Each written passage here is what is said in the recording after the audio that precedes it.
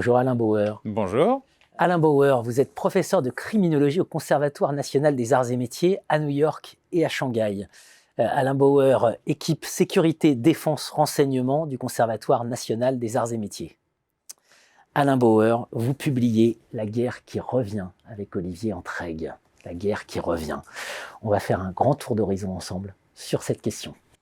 Alain Bauer, on en arrive au concept de guerre hybride. Alors en fait, il y a plusieurs concepts qui ont essayé de se recaler après 1989-90. D'abord, on a perdu notre ennemi. Quand on perd son ennemi, c'est mauvais pour le moral, c'est mauvais pour les budgets. Et on a essayé de trouver un ennemi de substitution. L'ennemi de substitution, bon, comme on n'avait pas beaucoup d'idées et qu'on n'est pas très créatif à ce moment-là, on a changé l'ennemi rouge en ennemi jaune. Même si on n'avait pas de confrontation particulière avec les Chinois, qu'on n'avait pas d'espace de confrontation, qu'on n'avait pas de frontières communes.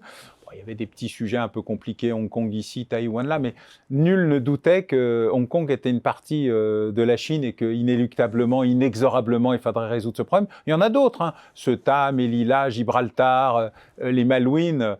On a eu des tas de micro-conflits sur des endroits dont on pouvait considérer qu'ils étaient étranges. Et on peut noter d'ailleurs que très souvent, les Anglais nous ont créé le chaos pour l'éternité et plus si affinité. Je veux dire que ce sont des décolonisateurs avec effets secondaires longs. Et sans aucun remords. Voilà. Et puis on a vu apparaître un problème qui était que l'explosion de l'ex-Yougoslavie, par la reconnaissance accélérée de la Croatie par l'Allemagne et les règlements de compte qui étaient bien gentiment mis au congélateur depuis la Deuxième Guerre mondiale, une fois que la porte du congélateur avait été ouverte, tout fondait et donc on retrouvait des frontières, des peuples, des nations, des tribus et des fois qui réglaient leurs comptes parce que c'était resté comme cela de manière très intime, enracinée dans la culture, et il y avait des histoires nationales auxquelles nous ne portions pas suffisamment attention. Et donc, il s'est produit un événement, c'est que les militaires ont commencé à se reposer le problème de qui est l'ennemi.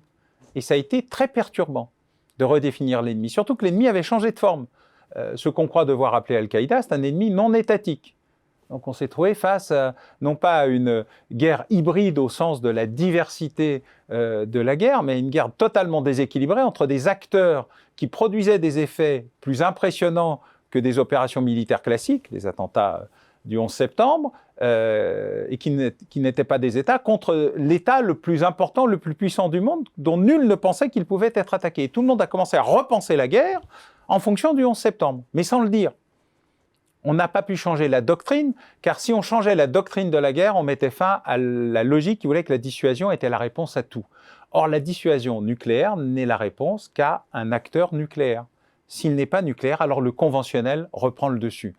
Et si le conventionnel reprend le dessus, alors d'autres dimensions de la guerre, notamment la guerre de l'espace d'un côté et la guerre du cyberespace de l'autre, entraient et on ne savait plus où les calibrer, à quel moment il fallait répondre nucléairement à une attaque non nucléaire. Il a fallu attendre quasiment 2018 pour qu'à Paris, Américains, Chinois et Russes se mettent d'accord sur le fait qu'une attaque cyber non nucléaire pouvait générer une réponse nucléaire. Et surtout, ce qui est pire, c'est que les principes de dissuasion qui allaient de 1 à 5, vous savez, dans les vieux films, DEFCON 5, DEFCON 4, DEFCON 1, c'est la fin du monde, était plus passé de 5 à 1, mais de 3 à 1. C'est-à-dire qu'il y a eu alors un élargissement des conditions de la dissuasion et de la riposte, et une réduction du temps de la riposte.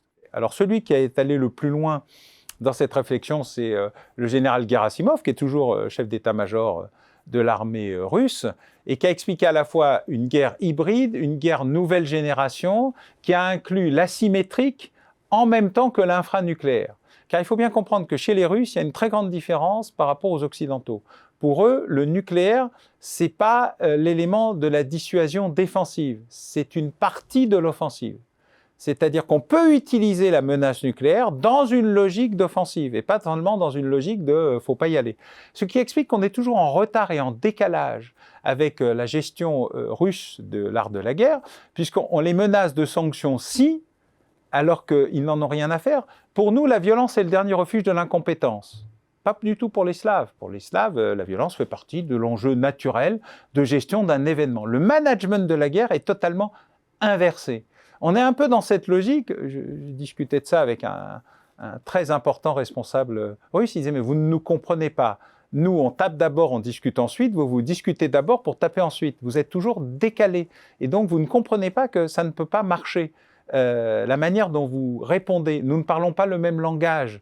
Vous n'avez pas appris la grammaire de la guerre russe. Et Gerasimov, il a été très loin dans l'explication de ce qu'était la nouvelle doctrine. Alors, il l'a testé en plus. Il l'a testé évidemment en Syrie, dans un déluge de bombes avec une logique de destruction. C'est Grozny, c'est Alep, hein, à peu près. Donc, il n'y a pas vraiment d'axe de discussion. C'est l'élimination, l'extermination du sujet.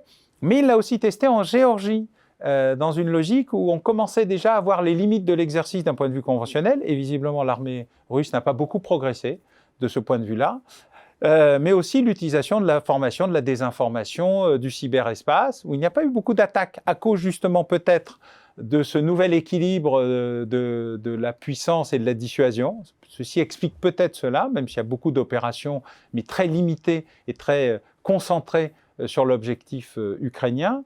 Donc on a vu apparaître de nouvelles doctrines. Et la chance, parce que c'est une chance, nous avons un chef d'état-major français qui, pour la première fois, alors je crois que c'est inédit, c'est sous réserve de vérification, mais historiquement, a pondu sa propre doctrine, sa vision stratégique. Le général Burkhardt a produit sa propre vision stratégique, qui n'est pas celle de la ministre des Armées, qui n'est pas celle du livre blanc, et qui intègre toutes les dimensions de la guerre en expliquant qu'on faisait la guerre avant la guerre. Alors il a bien raison, sauf que désormais on fait la guerre pendant la guerre aussi. La guerre qui revient, tout empire renaîtra. Alain Bauer, Olivier Entraigues. Merci Alain Bauer. Merci.